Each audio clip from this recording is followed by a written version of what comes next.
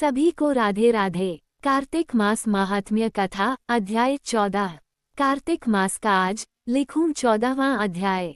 श्री हरि कृपा करें, श्रद्धा प्रेम बाएं। तब उसको इस प्रकार धर्मपूर्वक राज्य करते हुए देख देवता क्षुब्ध हो गए। उन्होंने देवाधिदेव शंकर का मन में स्मरण करना आरंभ किया। तब भक्तों की कामना पूर्ण करने वाले शंकर ने नारद जी को बुलाकर देव कार्य की इच्छा से उनको वहां भेजा। शंभु भक्त नारद शिव की आज्ञा से देवपुरी में गए। इंद्रादिक सभी देवता व्याकुल हो शीघ्रता से उठ नारद जी को उत्कंठा भरी दृष्टि से देखने लगे। अपने सब दुखों को कहकर उन्हें नष्ट करने की प्रार्थना की। तब नारद जी ने कहा, मैं सब कुछ जानता हूँ, इसलिए अब मैं दैत्यराज जलंधर के पास जा रहा हूँ। कह नारद जी देवताओं को आश्वासित कर जलंधर की सभा में आए।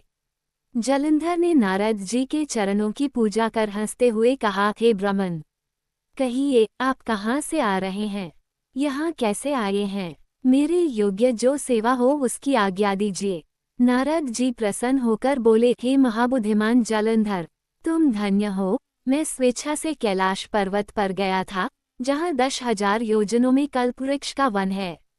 वहां मैंने सैकड़ों कामधेनुओं को विचरते हुए देखा तथा ये भी देखा कि वह चिंतामणि से प्रकाशित परम दिव्य अद्भुत और सब कुछ सुवर्णमय है। मैंने वहां पार्वती के साथ स्थित शंकर जी को भी देखा, जो सर्वांग सुंदर, गौर वर्ण, त्रिनेत्र और मस्तक पर चंद्रमा धारण किए हुए है। उन्हें देखकर मुझे बड़ा आश्चर्य हुआ कि इनके समान समृद्धिशाली त्रिलोकी में कोई है या नहीं। हे दैत्येंद्र, उसी समय मुझे तुम्हारी समृद्धि का स्मरण हो आया और उसे देखने की इच्छा से ही मैं तुम्हारे पास चला आया हूँ। ये सुन जलंधर को बड़ा हर्ष हुआ।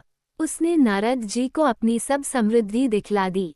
उसे देख नारद ने जलंधर की बड़ी प्रशंसा की और कहा कि निश्चय ही तुम त्रिलोकपति होने के योग्य थे। ब्रह्मा जी का हंसयुक्त विमान तुम ले आए हो और द्युलोक, पाताल और पृथ्वी पर जितने भी रत्नादि हैं सब तुम्हारे ही तो हैं। उच्छे, श्रवा घोड़ा, कल्पवृक्ष और कुबेर की निधि भी तुम्हारे पास है। मणियों और रत्नों के ढेर भी तुम्हारे पास लगे हुए हैं। इससे मैं बड़ा प्रसन्न हूँ, परंतु तुम्हारे पास कोई स्त्री रत्न नहीं है। उसके बिना तुम्हारा ये सब फीका है।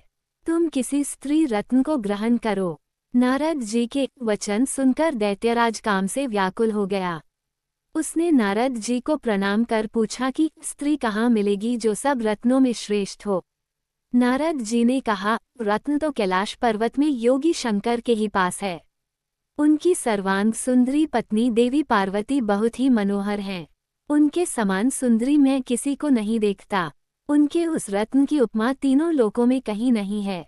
देवर्षि उस दैत्य से कहकर देव कार्य करने की इच्छा से आकाश मार्ग से चले गए।